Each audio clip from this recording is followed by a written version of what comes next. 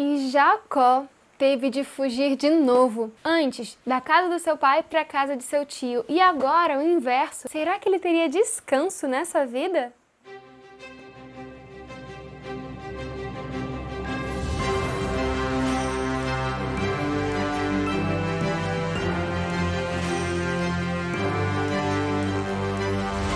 Olá, muito prazer, meu nome é Carol, sou cristã e historiadora e sejam muito bem-vindos ao capítulo 31 de Gênesis. Mas é claro, você já se inscreveu no canal, não é? Porque senão não dá pra continuar esse vídeo sem a sua inscrição, não é mesmo? E aconteceu que os filhos de Labão ficaram com raiva de Jacó porque, segundo eles, Jacó havia tomado tudo quanto era de seu pai. E Labão, por sua vez, já não tinha o mesmo tratamento de antes com Jacó. Então Deus ordenou que Jacó voltasse para a sua terra. Finalmente, 20 anos depois, ele poderia voltar a seu lar. Ele chamou suas esposas e explicou-lhes as injustiças que o pai dela havia feito a ele durante esses anos todos. Ele falou como Labão mudou mais de 10 vezes o seu salário e que o Deus de seu pai mesmo assim o abençoava, pois cada vez que Labão dizia que as ovelhas malhadas seriam de Jacó, por mais que Labão tirasse todas as ovelhas malhadas do meio do rebanho, como vimos no capítulo passado, o Senhor fazia nascer ovelhas malhadas e Jacó as fortalecia com suprimentos. E como vimos dessa vez, Jacó não foi o enganador, mas sim Labão, novamente, pois o próprio Senhor falou a Jacó em visão que todas as ovelhas que nascessem seriam malhadas. Ou por milagre ou por gene recessivo, não importa, acontece que o Senhor sim deu todas essas bênçãos a Jacó. Jacó também relatou a Raquel e Lia que Deus olhou para ele e reafirmou a promessa de que ele mesmo, Deus, havia feito, que estaria com ele não importando onde ele fosse, e essa promessa tinha sido feita lá em Betel, na pedra que Jacó ungiu. Você lembra disso também? Lia e Raquel, na verdade, não questionaram, até mesmo pelo fato de que elas agora se sentiam rejeitadas e tratadas como estrangeiras pelo próprio pai, porque por sua ganância Labão tomou até mesmo os bens que eram por direito delas e deixou elas assim sem herança alguma. E por isso Jacó teve facilidade em pegar seus filhos, suas esposas, colocá-los em cima de camelos, juntou seus rebanhos e pegou todos os seus bens e partiu de volta para a terra de Canaã. Mas antes disso, Labão havia saído para tosquear as ovelhas e Rebeca, sua filha mais nova, roubou as estatuetas de ídolos de seu pai. Acontece que ela havia nascido nesse lar pagão e a Bíblia acaba não explicando exatamente por que Raquel roubou os ídolos de seu pai Labão. O texto bíblico apenas registra que quando a família de Jacó fugiu das terras de Labão, Rebeca levou consigo os ídolos da casa de seu pai. Acontece que os ídolos roubados por Raquel eram chamados de terafins. Esses ídolos basicamente eram reconhecidos como os deuses do lar ou os deuses domésticos. A propriedade desses ídolos era comum na cultura de vários povos da antiguidade que os usavam nas práticas de adivinhação, espiritismo e adoração. Mas além desse uso religioso e místico, em algumas culturas esses ídolos do lar também serviam como um propósito legal, de legalidade, de lei mesmo, com os objetos diretamente associados ao direito de herança de um líder de um clã. Então, considerando todo esse contexto, será que é possível determinar por que Raquel roubou os ídolos de seu pai Labão?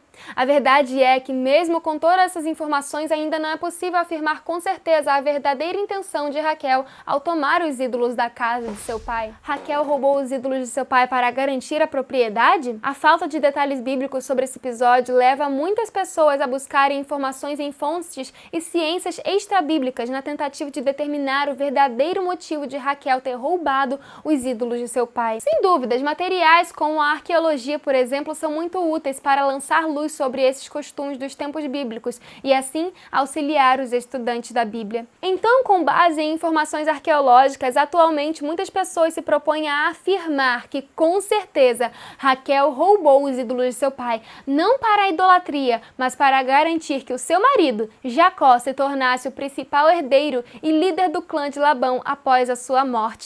Então essas pessoas falam dos ídolos roubados por Raquel simplesmente como escrituras, como um documento de propriedade, um documento de herança. De fato, a Bíblia diz que Jacó foi enganado e explorado por Labão durante muitos anos. Então faz sentido até pensar que de alguma forma Raquel estava preocupada que seu marido tivesse direito sobre as propriedades de seu pai, meio que para compensar todo o roubo e todo o dano feito por Labão a Jacó. No entanto, esse tipo de suposição não é suficiente para resolver essa questão. Isso porque, em primeiro lugar, é verdade que escavações arqueológicas na Mesopotâmia e na cidade de Nuzi confirmaram que a posse dos ídolos do lar servia para garantir os direitos sobre propriedade. Mas, em segundo lugar, os mesmos códigos legais encontrados na Mesopotâmia também indicam que nem sempre os direitos de propriedade eram decididos e dedicados exclusivamente pela simples posse dos ídolos do lar. Isso significa que, mesmo tendo a posse dos ídolos do lar, não era possível que uma pessoa não tivesse os seus direitos de propriedade, herança ou liderança do clã garantidos. Então, será que Raquel roubou os ídolos de seu pai porque ela mesma era uma idólatra? Com certeza é um erro pensar nos ídolos do lar simplesmente como escrituras de propriedade ou como documentos de herança. Algumas pessoas pensam nesse objeto como escrituras ou certidões emitidas pelo nosso cartório na atualidade, mas essas pessoas falham em reconhecer que o propósito primário dessas imagens era sim religioso, afinal elas eram os deuses do lar. E isso quer dizer que o possível uso legal desses ídolos nas questões envolvendo propriedades não pode ser desassociado do seu uso religioso. Isso até mesmo no povo judeu, no povo de Deus.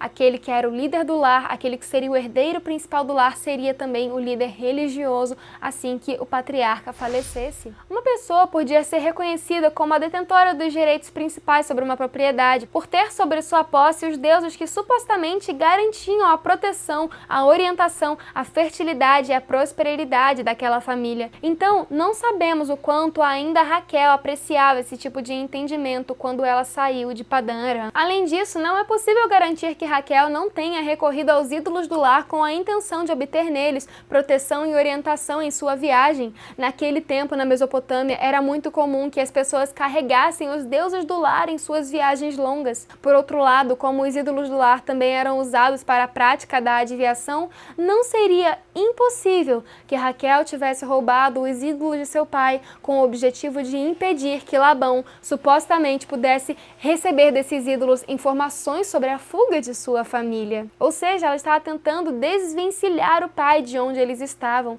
Então, mesmo com o uso dos dados adicionais fornecidos por materiais como a arqueologia, alguns fatos bíblicos ainda não podem ser explicados de forma exaustiva, pois envolvem um contexto muito mais amplo.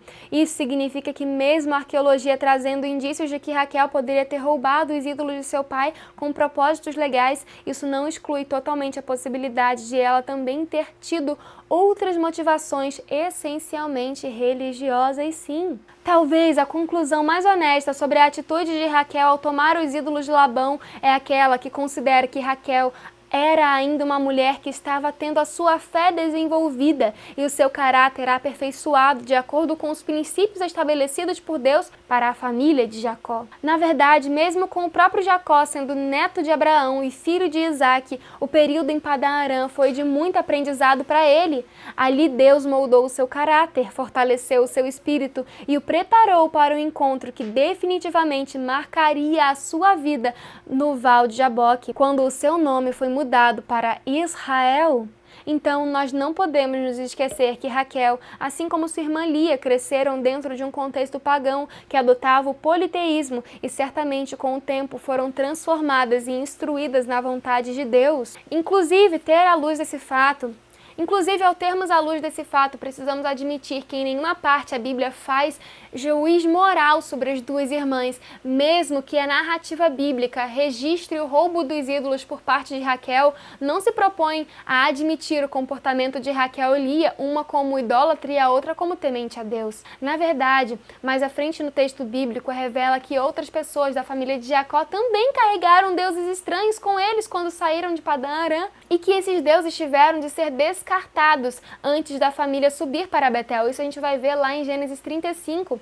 Inclusive, isso reforça o fato de que havia sim entre aquele povo intenções religiosas que desagradavam a Deus. Enfim, Jacó saiu sem saber disso, mas Labão foi informado da fuga 3 dias depois deles terem saído. Ele se enfureceu e tomou seu irmão para ir atrás de Jacó. Porém, o Deus de Jacó foi fiel e em sonho proibiu que Labão falasse mal ou bem para Jacó. Aconteceu que Labão sim os alcançou, e o primeiro questionamento que fez a Jacó foi o motivo pelo qual ele saiu em segredo, levando suas filhas como cativas à espada. Labão reclamou dizendo que ele nem sequer pôde dar um beijinho em seus filhos e filhas para que ele as despedisse com alegria e cânticos. No caso, esses filhos seriam os filhos de Jacó, os netos de Labão, pois muitas vezes na Bíblia já vimos isso também, o neto também é chamado de filho e o sobrinho também é chamado de irmão. Novamente, ele foi tendencioso para com Jacó, pois sabemos que as esposas tiveram total escolha de irem ou não com Jacó, e elas mesmas reclamaram das atitudes do pai, e tantas vezes ele teve a chance de libertar Jacó, e numa boa, vamos dizer assim, e mesmo assim ele não o fez. Porém, após um pequeno discurso de revolta que você pode ler na íntegra no link que eu vou deixar aqui na descrição, Labão finalizou questionando o porquê de Jacó teria furtado os ídolos da casa dele. Só que Jacó responde que se Labão encontrasse esses ídolos com alguma pessoa, essa pessoa poderia ser morta pelo próprio Labão, porque ele não fazia ideia de que Raquel, a esposa que ele mais amava, havia roubado os ídolos. Labão então procurou em todas as tendas amarradas e não encontrou, porque Rebeca havia escondido na aldabra do seu camelo e ela estava sentada em cima e mentiu para o pai, não deixando que ele descobrisse que os objetos estavam com ela. Ou seja, ela colocou o objeto dentro da mala do camelo, vamos dizer assim, como se fosse a mala do carro, a mala do camelo, e sentou em cima para que seu pai não visse. E depois disso, aí sim Jacó se irou contra Labão, pois ele já estava por aqui dos enganos e artimanhas de Labão.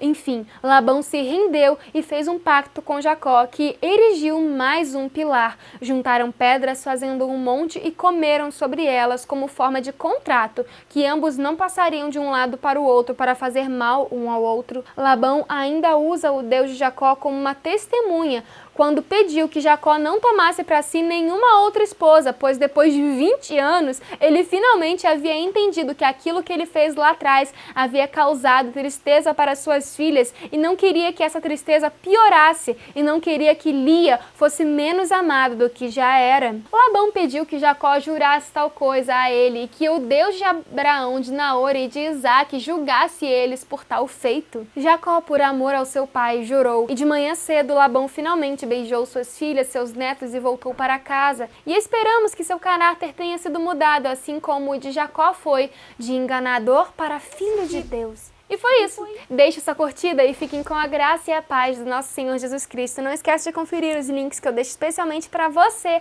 aqui embaixo do vídeo. Até o próximo capítulo. Tchau! Não dá mais pra eu sair.